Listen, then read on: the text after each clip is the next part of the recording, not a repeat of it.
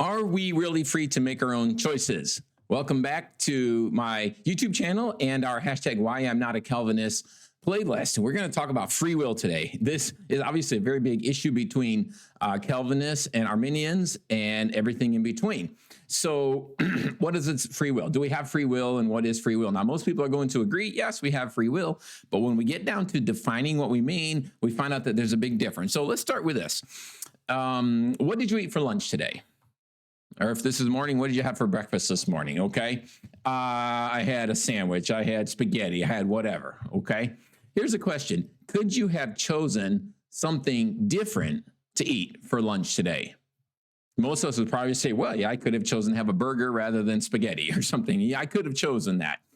But when it comes to the issue of salvation, free will and the ability to choose seems to be defined very differently. So that's what we're going to talk about today. Calvinists and Arminians will often use the same vocabulary, but will have a different dictionary. Could you have chosen something different than you actually chose?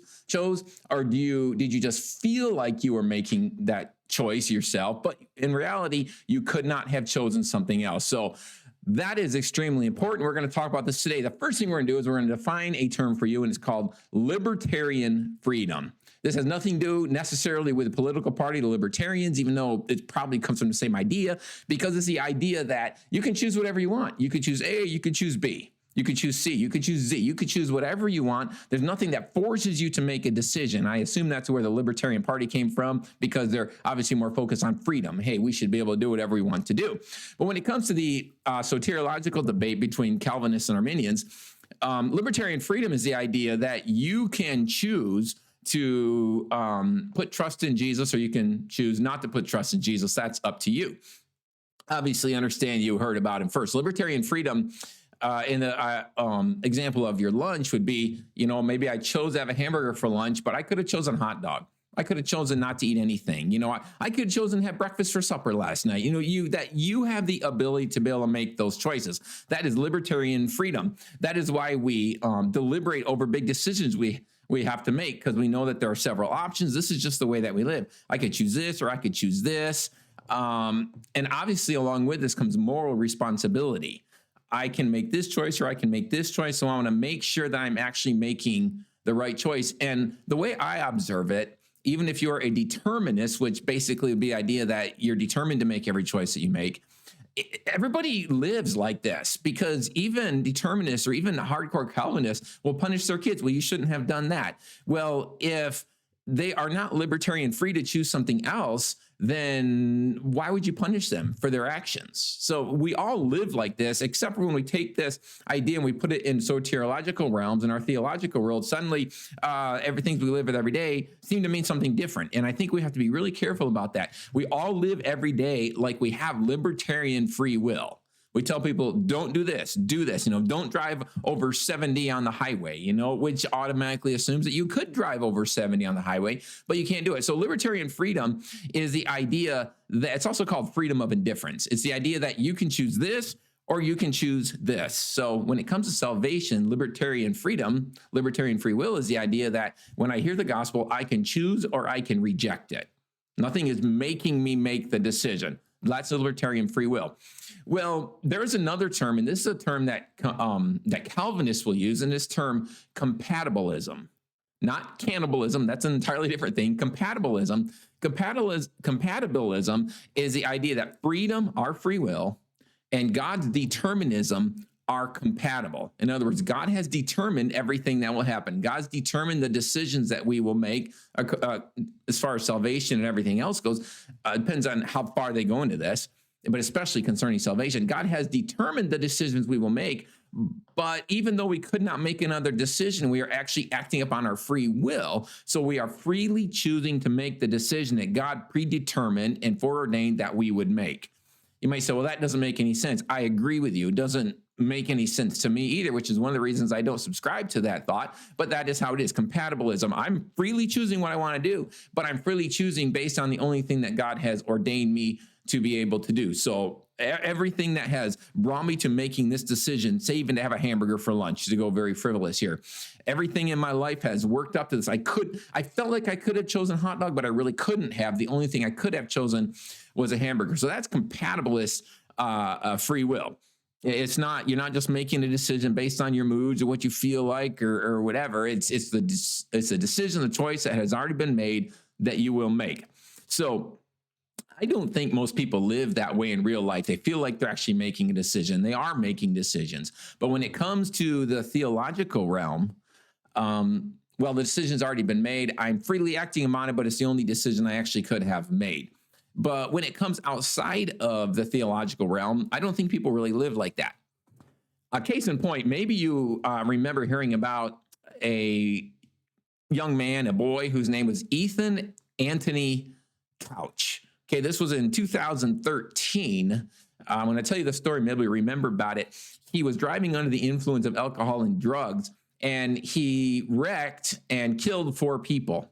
And as he was going through the court case for this, his attorneys argued that he suffered from affluenza, which is a disease of being affluent. He was never told what he could and couldn't do. And so therefore, he should not be responsible for getting drunk and getting high and going out and killing these people in his car. So in the end, he was sentenced with 10 years probation and therapy at a long-term inpatient facility. And that caused a big outcry. Why? Because everybody just understands that regardless of the influences in his life, he was able to make that choice. So even compatibilists, I think, in that situation would have said, no, he made the choice to get in that car and drive, but to be totally to be the same across the board, to be consistent, a compatibilist would have to say, you know, I don't really like the fact that he got in his car high and killed those people.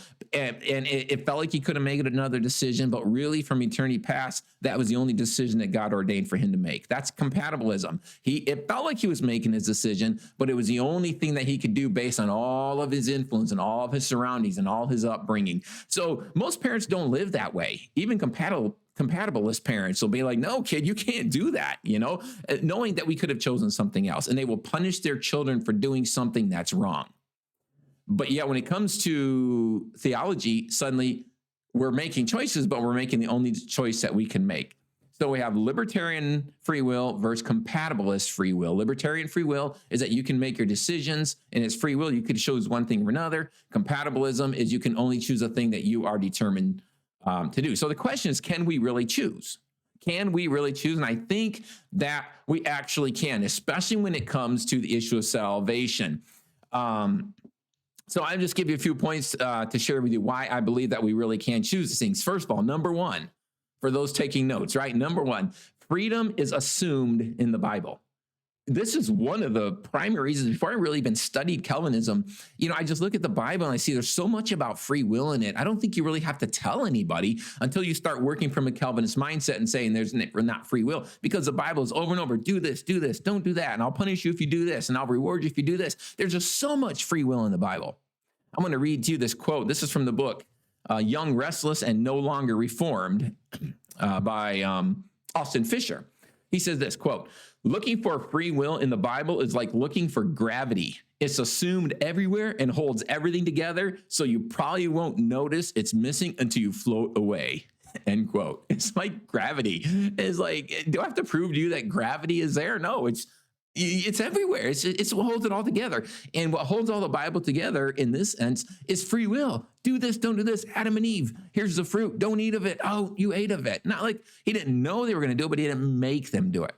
Okay, God knew everything that's going to happen. And that's the thing there too, that many people think that foreknowledge means foreordination. If God knew it, then he determined for it to be. No, he knew what we would do in certain situations, but we freely make those choices. He's not forcing us to make those choices. Now, that doesn't mean he can't stop in and step in sometime and, you know, work things out to make his choices like he did with Jesus on the cross. Yeah, he could use our free will in that way, but there's nothing in the Bible that indicates that we cannot choose between A and B ourselves in most situations. So number one, freedom is assumed in the Bible. It's all over the Bible. Number two, we are made in the image of God with the ability to choose. Look at this passage with me, Genesis 1:27. So God created man in his own image. In the image of God, he created him. Male and female, he created them. Then God blessed them, and God said to them, be fruitful and multiply, fill the earth and subdue it. have dominion over the fish of the sea, over the birds of the air, and over every living thing that moves on the earth. So he told them to do some things, multiply. These are commands. Why would you have to give them a command if you already determined what they would do? Multiply, assert control over the earth. And then, of course, it doesn't say it in that verse, but we know he said, don't eat from this tree. Matter of fact, let's go to Genesis 2 and verse 17. That's where it is right there. But of the tree of the knowledge of good and evil, you shall not eat, for the day that you eat of it, you shall surely die. He's giving them the command, don't eat of it. And then he says a little bit later here in verse 19, that he brought the animals to him to see what he would call them. And so Adam decided the name. So all these things are just indications that God is telling Adam, hey, I want you to do these things. And Adam says, okay. So he went and do them.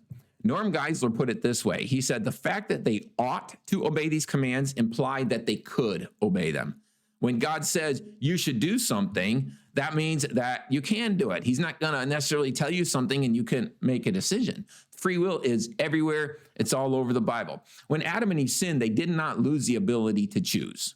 They always had the ability to choose. Even after the fall, we still carry the image of God, and along with the image of God comes the ability to choose. And third, number three, sin is our fault. If you take the idea of compatibilism and determinism all the way as far as it would go, you understand that God determined everything. So suddenly that means that God determined sin. Now, some Calvinists would balk at that. Some may just come around and say, okay, consistently I have to accept that. Most, I think, would probably say no, that God didn't determine sin. But if God determined every action I would do, as a strict determinist would say, as a strict compatibilist would say, then that means that every decision I've made, he has determined that I would make that decision. So what happens when I could choose to sin or not to sin, and I determine to sin? Does that mean that suddenly I'm no longer responsible? Well, everyone would say, of course you're responsible. You should. What if God made it where that's the only decision I can make? See, this just simply doesn't make any sense. Compatibilism doesn't make any sense. When God told Adam and Eve what to do, they had to make a decision. I'm going to go back here. Genesis chapter 3 and verse 11, after Adam and Eve sinned and God came and saw them in the garden, he says, who told you you were naked? Because they ate it, they realized they were shameful, and then they covered themselves with leaves. Have you eaten from the tree of which I commanded that you should not eat? What did God say? God said, oh, I made you eat from it. No, you ate from it. I told you not to, and you ate from the tree. What'd you do that for? All right, now you're going to be punished.